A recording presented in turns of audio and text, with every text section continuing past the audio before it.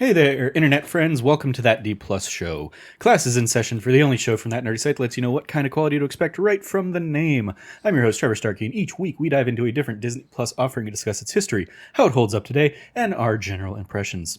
If you like the show, we would love it if you like, subscribe, rate, review, share the podcast with your friends, all that fun stuff. Joining me once again, as always, Cameron Abbott. How you doing, Cameron? Hey, what's going on, everybody? What's going on is today we're going to be talking all about Dream Productions, the new short series of episodes that dropped from Pixar in the Inside Out universe. It was a 4-part series, basically like 30-minute episodes apiece, and we didn't really know what it was going to be kind of in the lead up to this week, or I'm sure I could have like done some research and found out.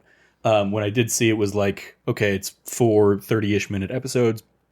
Fully gave the option to Cameron of like, if you only want to watch the first episode, because, you know, we're busy with other things, absolutely we can do that, and then just chat about that. But we both ended up watching the whole thing. Yeah. So we'll talk kind of about the whole thing. And I think it's a 4-episode thing, but it's like a 2-hour movie, basically. It's all one episode bleeds right into the next, not serialized in the way that I thought it might be, potentially.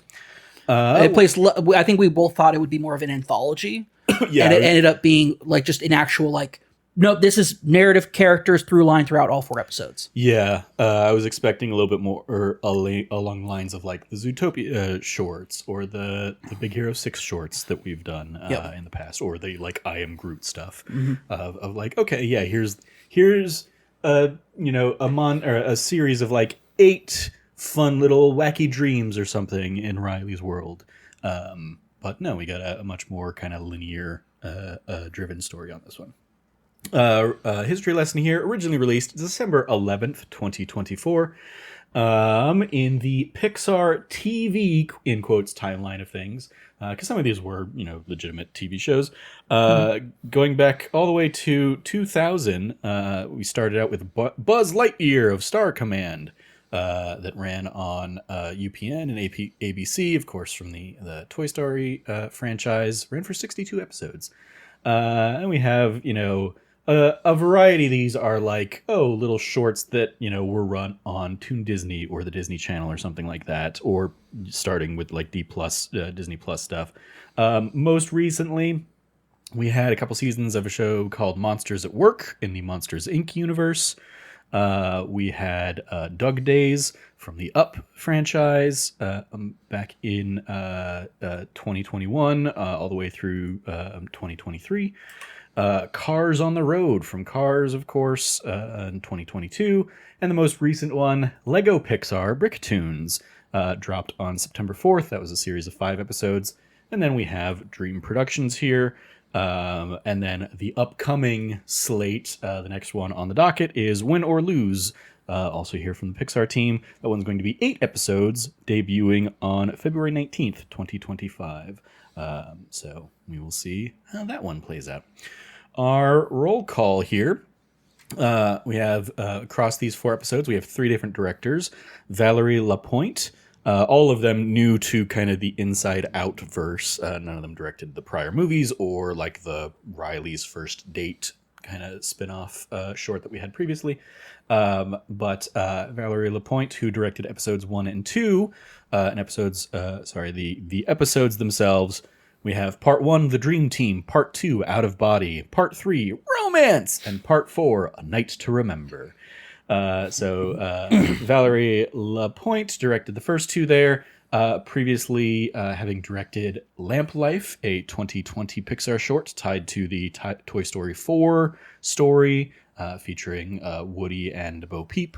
I believe it was a little bit more of like a behind the scene, or like how Bo Peep kind of left, before the events of Toy Story 3 and 4. We have Austin Madison directed episode 3. It was their directorial debut, but they've been an animator at Pixar going back to Ratatouille. And Mike Jones directed episode 4, also his directorial debut, but he is also the writer of Soul and Luca. And he's also the writer of this. Mike Jones wrote this, as well as the aforementioned Soul and Luca films.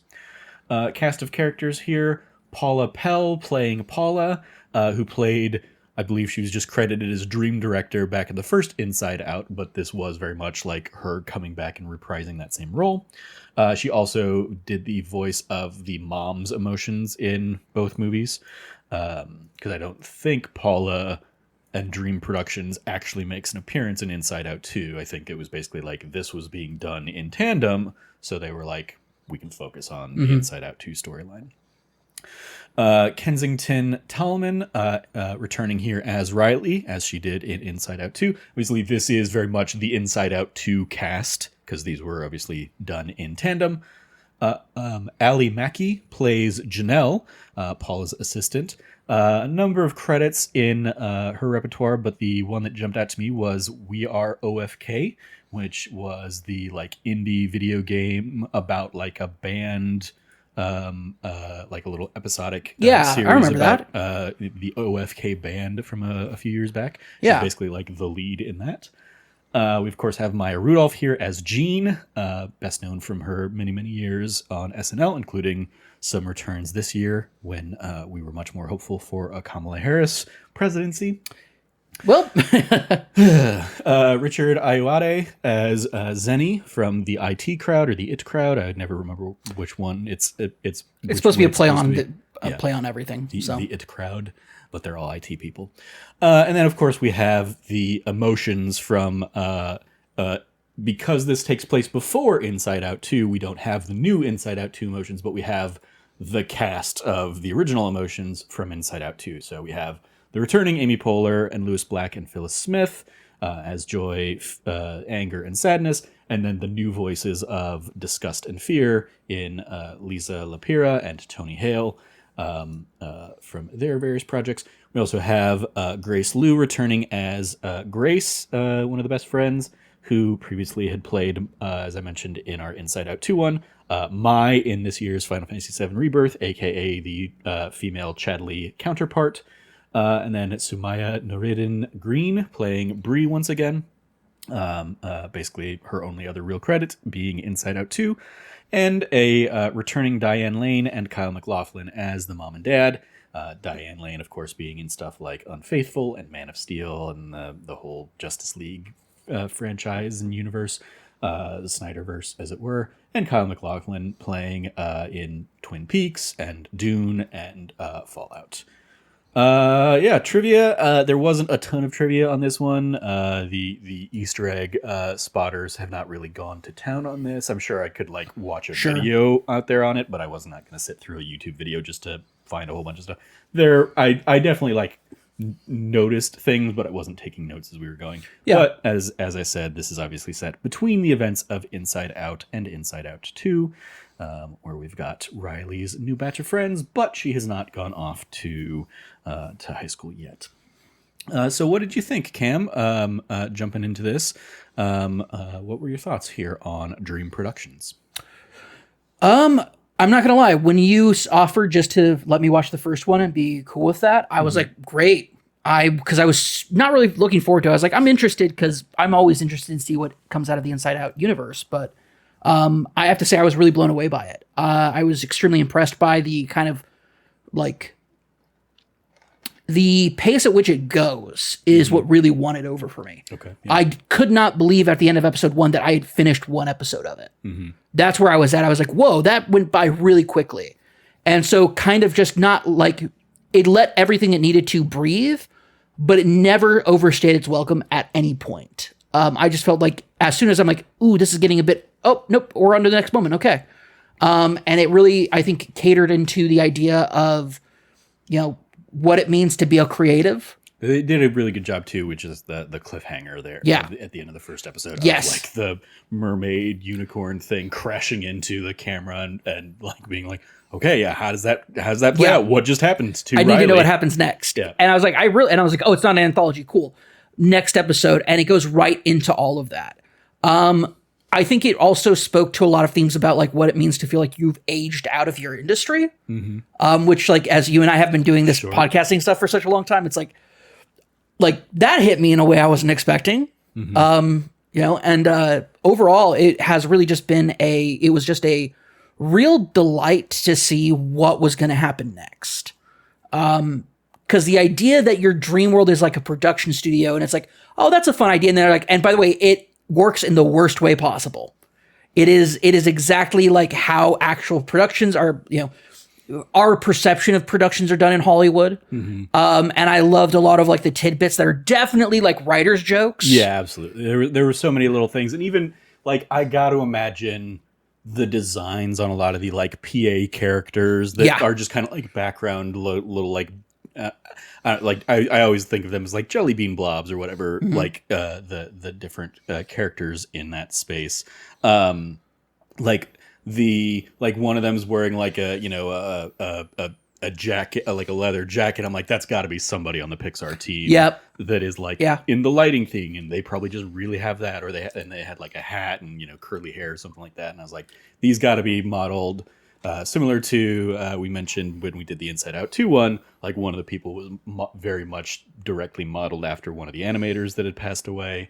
I got to imagine there were like little inside nods, and like it's the kind of thing. It was probably just littered all over the place. Like I didn't freeze frame when Paula's like, I got my name on the menu. Like I got to imagine a bunch of the filled other, probably like, things on that menu are Pixar people or insiders or something like that. Yep. So a lot of love for that, but I think my favorite inside joke is definitely bringing coffee into a writer's room. And they like coffee and they attack it like wild dogs. And it's like, that's definitely like the writers or the animators being like, hey, here's a fun little hint to like how people perceive the writer's room. Yeah. As being like the moment you give them coffee, they're like ravenous dogs. Like I love that idea. Yeah. I mean, obviously another runner was like having Zenny as like the Nepo baby. Yes. Hire. It was a lot of fun. And the pretension between like, I'm the nouveau art. I do daydreams. Yeah. It's all improv. It's all happening in the moment. Yeah, her eyes aren't even closed or whatever. Like butting heads with the like very clearly like 10 years past her prime Paula. Like all of her greatest memories are very, very faded and are like all from her childhood. Like she had that breakout with the pacifier. Goodbye pacifier. Goodbye me posse or whatever it was. Goodbye passy. But like and then every other thing in there, like looking at any of those other memories, it's all like very young kitty stuff that does not hold up. And we see that like, yeah, of course Riley forgets these dreams, immediately upon waking because they don't make any sense for a 12-year-old girl to be dreaming about like, her like little cupcake dances or whatever. Dancing cupcakes.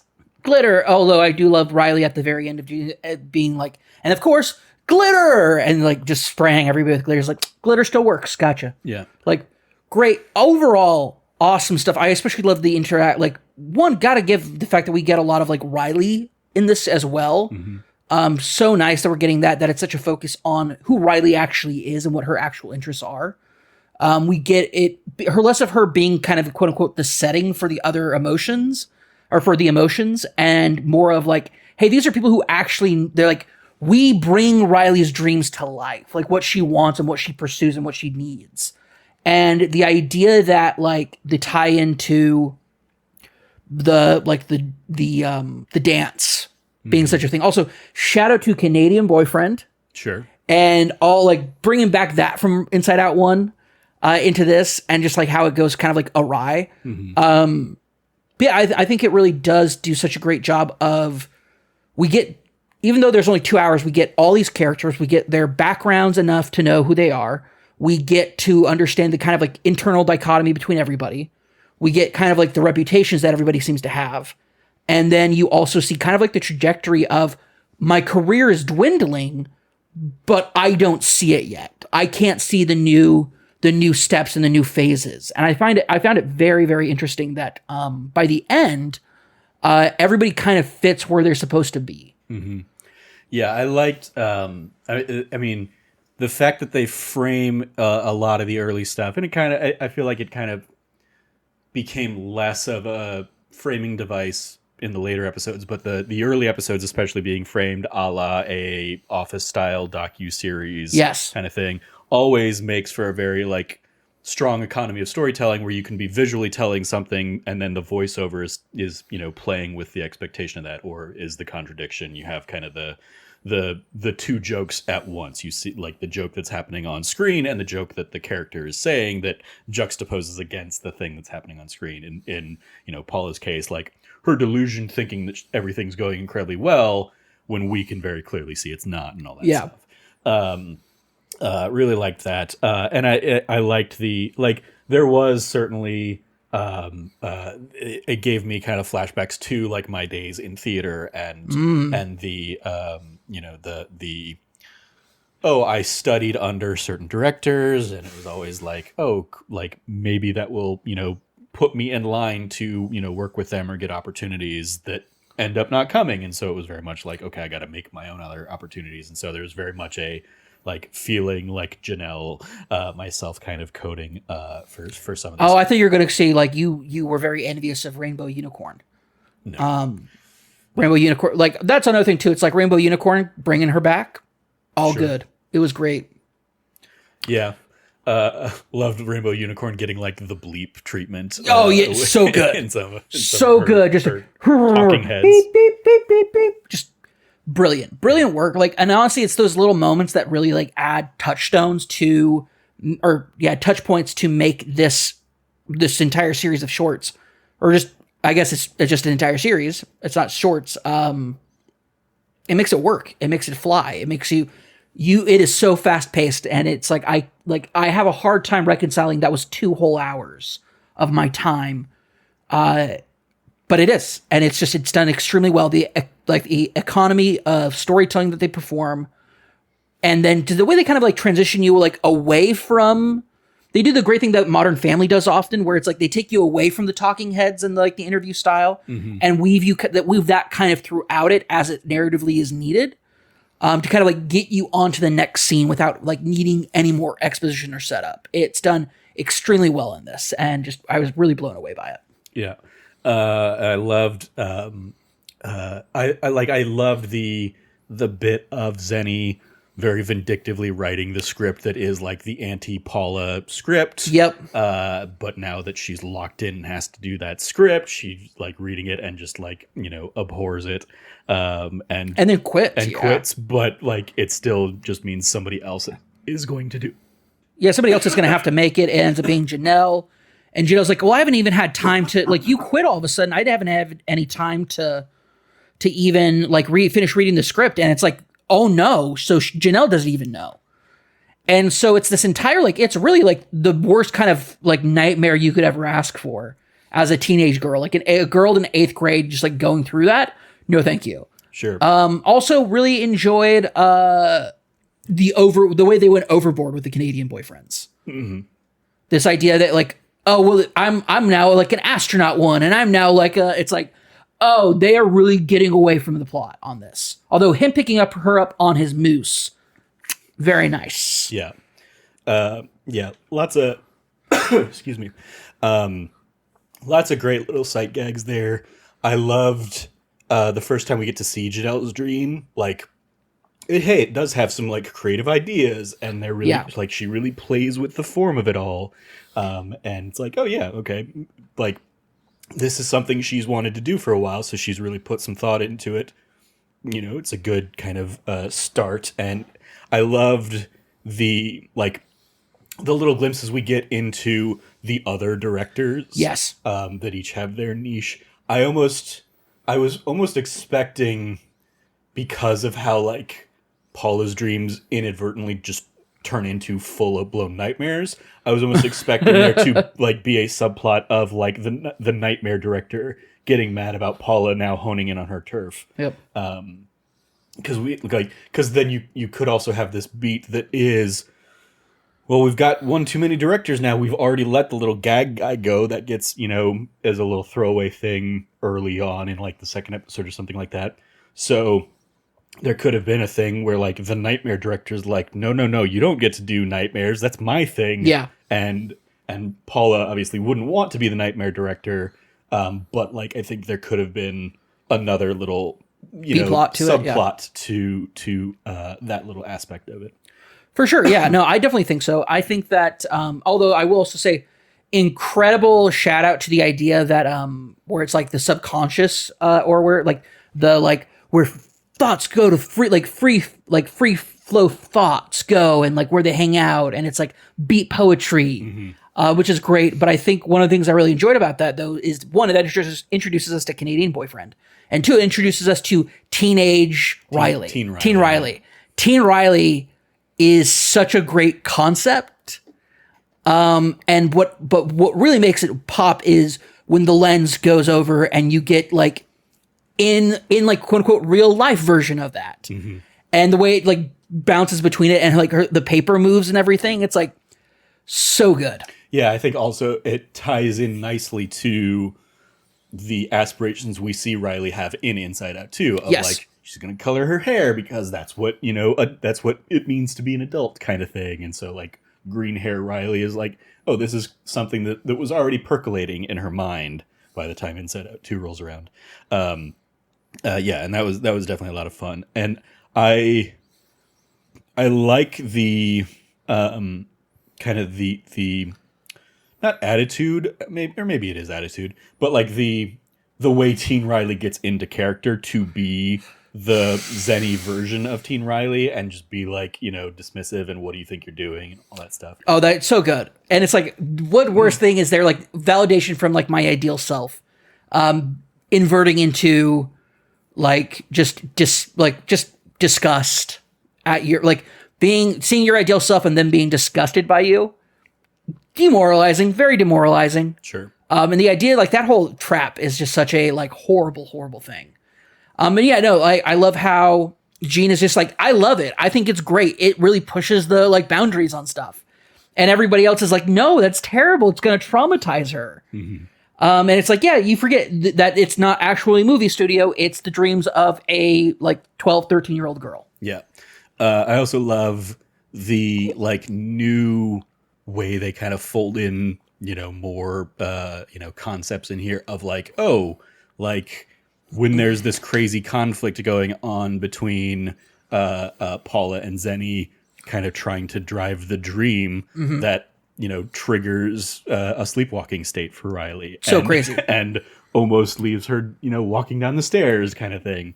And then obviously by the end we get the lucid dream, which is always like as we were hitting on beats of different dream types and stuff like that, I was like, the gag that's in there of like, all right, yeah, the nightmares, and you have like, somebody not wearing their underwear, or no, I think I just mixed in make some noise from this week. I think you did, so yeah. That. Yeah. But the idea that we get the lucid dream very much was like I love when I have those dreams where like I recognize I'm in a dream and can like take control and mold it and just like play in the dream space of it. See, that's never happened to me in a lucid, like, I guess it wasn't a full lucid dream. I like recognized, I've recognized I'm in dreams, but like things don't go my way. Things still just happen. It's just like, I'm now aware of it. And it adds like an extra layer of like crap. Like, of course this is a dream. This would not happen in my real life, but I'm going through it anyway. Sure. So I don't know. I mean, yeah, it doesn't like regularly happen to me, but like a handful of times it has. Like it always, like when I'm able to remember it, and so maybe it has happened more, and I just don't remember those dreams after waking. Like I can recall in particular, and this was like a time where I was in a theater class in college, and we were like invited to like keep a dream journal, and the act of waking up in the and first thing and trying to like write down what you recall from your dreams like prepares your brain to retain a little bit more of that information. So like even like just like having the intent of recalling my dreams a little bit better over the course of the semester meant that like by the end of the semester I was remembering a lot more of like the dreams that I'd had from the night before kind of stuff. And so I remember like during that period and during that class having a couple of those lucid dreams where like it became like power fantasy stuff. It was like, okay, yeah, this is a dream.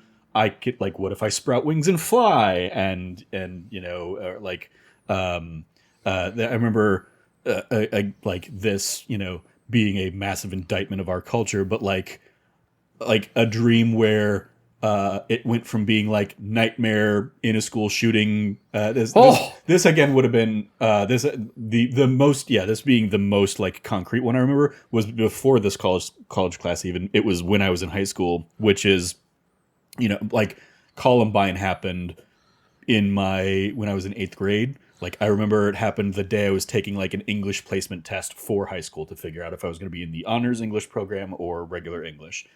And I remember having a recurring dream after that for a little while. And they even like throw nods to like, this will be a recurring dream, or I smell recurring dream kind of thing. Yeah. But like I would have a recurring dream of being a school shooting, getting caught in a school shooting. And jeez. And the moment or the times where that dream would pop up and it would turn into a lucid dream and I would like remember, or like, I would be like, I have the power here. I can, take down the attacker or whatever. Those being like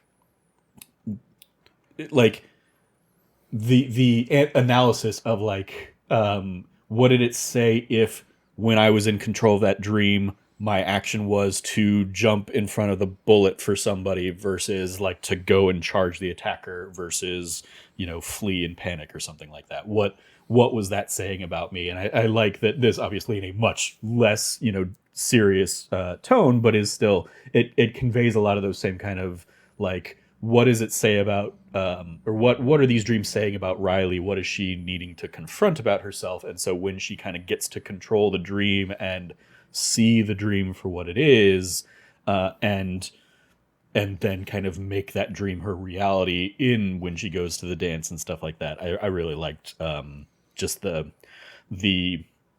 did that thing of like Pixar tapping into something at a primal subconscious level that I certainly hadn't thought about in many, many years. But like a lot of those thoughts kind of rose to the surface last night as I was watching and enjoying that. So. It reminded me of one dream that I've had that is like the best dream I've ever had in my entire life, which was it was in my old apartment. I woke up to like hearing rustling in my kitchen, and I heard some rustling inside the fridge. And when I opened it up, there was like a baby bear cub in it. And then I took that baby bear cub and I named him Bernard, and I raised him to fight other bears. Right. And as he got, well, initially it was just like I was raising a bear.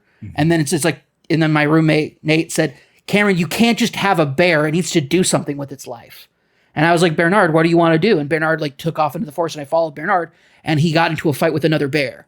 And I was like, that's what we're doing. And so I trained him how to like do better bear fighting. And so I just raised him over the years, and like I got older too in my dream. Nobody else got older, just me. I had like a thick, Grizzly Adams beard, yeah. like woodsman beard, like wildly unkept hair, had like a beanie on, the entire, like a red beanie on, and like a blue, like, weather jacket on. And I was just like, we'd go through the woods and we'd like, I'd help him train, and we'd go to like MMA gyms or something like other places, and he'd learn some like hold moves. And then it ended with me being extremely old and Bernard being like fully grown, like massive bear. And he fought a bear in the, like, it was like on a river, or a stream. And he was like fighting this bear. And then as they started fighting, like it turned into more like playhouse wrestling. And I realized, and in my dream, I was like, oh, she's a female bear. And in a moment, like Bernard, like they stopped and Bernard turned and came back to me. And in a moment, I hugged Bernard, and Bernard like hugged me with his massive paws. Her massive paws? No, Bernard is a man. The gotcha. other bear was a female bear. Gotcha. Because this was when I realized that I had to let Bernard go to go be a bear, because he had found his match. Basically, they were evenly matched, and that meant that they had to go reproduce so they could make super bears, basically. Is what I told, like what I understood the situation to be. That's how you perceived the dream. Yeah. And so I was like, and then I had to say goodbye. And then I went back to my apartment. Everybody's still the same age they were at the start of the dream. And and I just like sat down on the couch, and then like I woke up, and I'm like, that's like the craziest, like that's the best dream I've ever had. Like I was like, it's like it fulfilled fatherhood, pet ownership, my dream of being like Mickey from the Rocky movies. It fulfilled so many things that it's like, this was like the greatest dream I could have ever had. So now when I don't remember my dreams, it's like, why bother? What, a Beastmaster Ranger? I guess, yeah. I guess. Basically, that's what I was. Yeah. A Pokemon trainer, I guess. Pokemon trainer. Yeah, it fulfilled Pokemon trainer. Yeah, no, I mean, like, it's like, what did you eat? It's like, I never ate anything in my dream. But I was feeding Bernard. Mm-hmm. And it was a lot of salmon and a lot of tuna fish. He loved the tuna fish. Couldn't get enough tuna fish. Yeah. Because what he was in my fridge eating was a giant bowl of like tuna salad. So. The other thing I thought after finishing it last night was like the ramifications or the like realities of like, oh, that's right, they couldn't have told this story with like an older Riley who's going to have a little bit more adult dreams. Yeah. Or, like it's like the reality that dream production studio in a couple years is going to occasionally dip into softcore porn or something like that. And especially for the dream productions for a little boy kind of thing. Oh yeah, you couldn't do that with a 12 or 13-year-old boy. Yeah, no. Well, you could, but it's this kind of like weird dreams that you have when you don't have full cognizance of like that sort of thing. Yeah. And so your body's just like, it's, I mean, like the idea, like they play around with lucid dreams here. Don't want to see Pixar's, interpretation of a wet dream. Pretty much, like, and like, especially like 12, 13-year-old boy wet dreams where it's just like weird, like, oh, I went to the kitchen, there were scrambled eggs, and then, ooh, it's like, yeah, because there's not like, your body is doing something and it's telling your brain to do something, but your brain doesn't have a grasp on what it's supposed to be doing. And so it's just weird and awkward. Yeah. So yeah, that was the other, like, the season 5 of Dream Productions that like popped into my head was like, oh, that's never gonna happen. Nope. Gotta keep it wholesome. Yeah. But it's the kind of thing that like, I don't think Robot Chicken's still a thing, but if it were still a thing, that's absolutely a Robot Chicken that's a Robot Chicken one for sure. Robot Chicken, like, I'm just like, Robot Chicken, it came when it came to us and it was great for its time. And it's since gone away. And now I feel like they're like, I'm not saying, now we have like many people who do Robot Chicken type stuff. Yeah. And that's great. But like, if there was ever a time that we needed Robot Chicken, it's not ever again, maybe. Now I'm thinking about it. It's like, we don't need Robot Chicken again. Robot Chicken was good for its time. Yeah. Trying to think any other beats or moments or plots or anything you want to call out?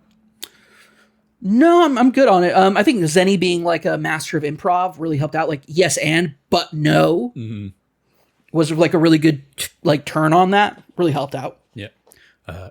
No, but. Yeah. And the idea that like, I definitely enjoy, and this obviously is a carryover from the original Inside Out, but I like the like minimal versions of things that then like once the dream lens kind of gets put over it becomes what Riley sees. Like I always love the especially like in the little opening when it is kind of like establishing, oh, this is like a docuseries, there's like the time-lapse video of like a set going up and down, and it was cardboard stuff you would see in like an elementary school kind of play that kind of level of detail and quality. And then by the end, we kind of like zoom out and you have a similar feel, but it's like the, universal backlot of like, here's Riley's house and street in San Francisco. And you have like the cardboard cutout of like the Golden Gate Bridge in the background kind of thing.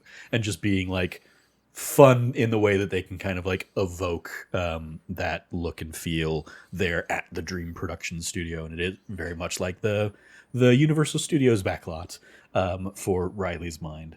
And then, yeah, just the like the minutia of, oh, we got to go like pull that stuff out of storage, or they're building, like Paula building and conceiving a dream based on a memory that happens like first thing in the morning, completely oblivious to the fact that Riley is like getting embarrassed by having this little mermaid clamshell toy throws it away. So then it does kind of take on a new kind of horror connotation when she's encountering it in her dreams, and the reaction that she's going to put upon that is not Paula's intent, just because Paula is oblivious to the later things that happen throughout the day. Lots of fun. It sounds like we dive into kind of the report card we grade from A+ to F, because it sounds like you like this connected for you a lot more than it did for me. Like, I enjoyed it fine, but it was also when I finished it, I was like, oh, that was a fun enough time, but like a lot of these other things, not anything I'm going to think of in a week's time. I think I'm also on that same level with you. I was my explanation was you went in with like super low expectations. My expectations were so like bottom of the basement. Like, I was not expecting anything really stellar out of this. Sure. Because I just didn't think, what could you pull from that? Like that bit from Inside Out 1? Yeah, I mean, again, that for me, I was fully expecting this to be more like a little sketch anthology or something like that. Of like, here's an example of a nightmare. Here's an example of like a silly action dream or something like that. Or like the sports dream or something like that. Yeah, I was expecting more of that, and not getting that and getting something I think better. Yeah. Just kind of like blew my expectations out of the water. Mm-hmm. Overall, like, not like, this is an A territory. Yeah, for me, I think I'll give it a B-. Okay. I was just going to give it a solid B on my part. Yep. Cool. Well, extra credit, other suggestions. If you like this, we have, of course, Inside Out 2, Inside Out, and Riley's First Date, all here from the Inside Out verse. We also have then Turning Red, Up, Elemental, Luca, and Soul. And then also I'll throw out there, just as a like, hey, keep an eye out, the Win or Lose series that we'll be dropping later in a couple months, February 19th, 2025. Extracurriculars, you watching anything else on Disney Plus? Did you catch this week's Skeleton Crew? No, that's on my docket for tomorrow. I'm going to be watching that and enjoying that. So that is something I was watching and will continue to watch. Yeah. I watched these, came in, did the doc, and then went back and watched Skeleton Crew before I tried to go to bed last night. I also, not on Disney Plus, but inspired by Skeleton Crew, I think this was on Max. I went back and I watched the Goonies, because I was like, yeah, I want a Goonies vibe. Oh, I can watch the Goonies. Cool, I'm gonna watch the Goonies. Nice. So yeah, lots of fun. Just kind of like having that playing while I was working on some stuff earlier in the week. Well, that is going to do it for, and I as I said, I did watch this week's Skeleton Crew, and it continues with the fun kind of energy of, things. They also introduced like a cool new alien species that I don't think I'd seen in anything Star Wars related before. I was like, oh, that's a fun new character. Nice. So yeah. So that is going to do it for this week's episode of That D Plus Show. Thank you again, Cam, for joining me to chat Dream Productions.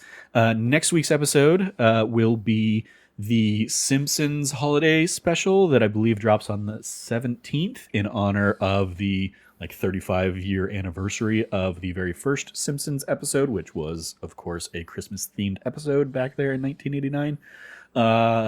Logan said he's going to join us. We'll see if he actually does. He sometimes gets a little bit more ambitious than his schedule ends up allowing, but he does, of course, like jumping on for Star Wars related or for Simpsons related things. So yeah, that is a 2-part episode that should be dropping on the 17th. So that will be our topic for next week's show.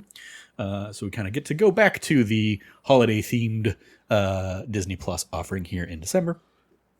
You can follow Cameron at revcabot.bsky.social. Anything you want to give a shout out to there, Cam? Yeah, I want to give a massive shout out to our upcoming episode of That Nerdy Site Show.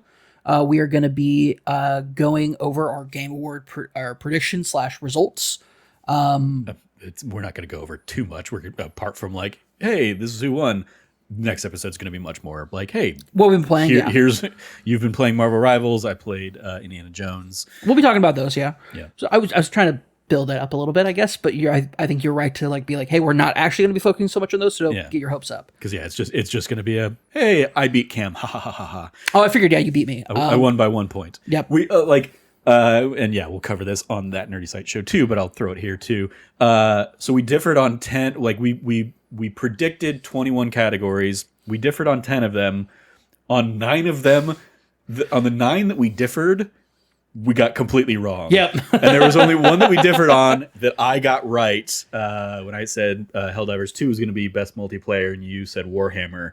And that was the deciding factor. Everything else. The one where I was like, hey, I'll go with something different just so we divvy it up a bit. Yeah. All right. Fair enough. I mean, there were a few of those that like we went different on, but like a lot of the ones, all of the other ones we went different on, neither of us got the point. Other things won. So, I was keeping track on the list for most of the show, so I was like, I'm like, I think I'm gonna lose it, but I'm not sure by how many points. Yep.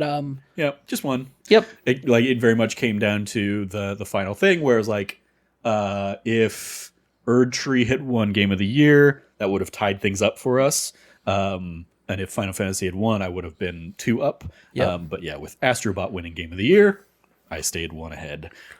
Shout out to Astro Sweep, by the way. Yeah, they had a good run. I was very happy for them. Yep. I will also say this is the thing, I was expecting a lot more like fervor for Erdtree, but I think the anti-DLC sentiment prevailed. So I'm part of me is happy about that. The only other thing I would have wanted was Balatro to win, so people would be like, a card game won Game of the Year. I mean, they won. I think apart from Astrobot, they probably won the most Game of the Year awards because they won mobile, they won the indie games.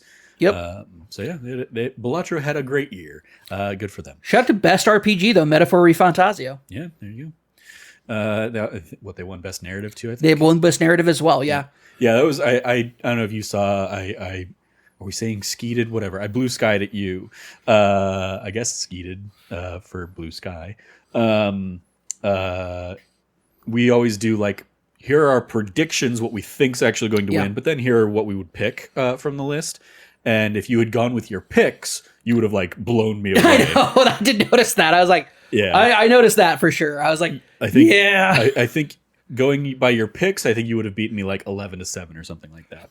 Yep. So let me just say, I did not realize that like my personal sentiment was going to be like the way everybody else felt. And I think that's part of it is like, I've been so like not paying attention to the zeitgeist. I've been tuned out while I've been looking for work. Sure. And so like the last 6 months, I have not been in the zeitgeist for a lot of stuff. I've not been keeping in tune with how everybody's feeling about stuff. So it's interesting to note, like, yeah, that was very cool that was how that ended up being for it. I will say, one I was a little sad about that didn't get it was Best Tactic Game. For Unicorn Overlord. Yeah. But I mean, for like Frostpunk 2 getting it, like I'm stoked for them to get it, but that is one of the ones that's like, I really need to play Frostpunk 2. Sure. Yeah. All right. You can follow me at trevorjstarkey.bsky.social. And if you want more of our, thoughts on why we predicted the things we predicted, you can go catch this last week's That Nerdy Site show. Or as I said, next week on That D Plus show, we'll be diving into the Simpsons Disney Plus specific holiday special. So yeah, stay tuned for that. You can follow all of us over at That Nerdy Site or go to thatnerdysite.com for all the latest from us. Once again, if you liked what you heard, please like, rate, review, subscribe, share the podcast with your friends, all that fun stuff. Thank you for joining us. As always, stay nerdy and be good to each other. Class dismissed.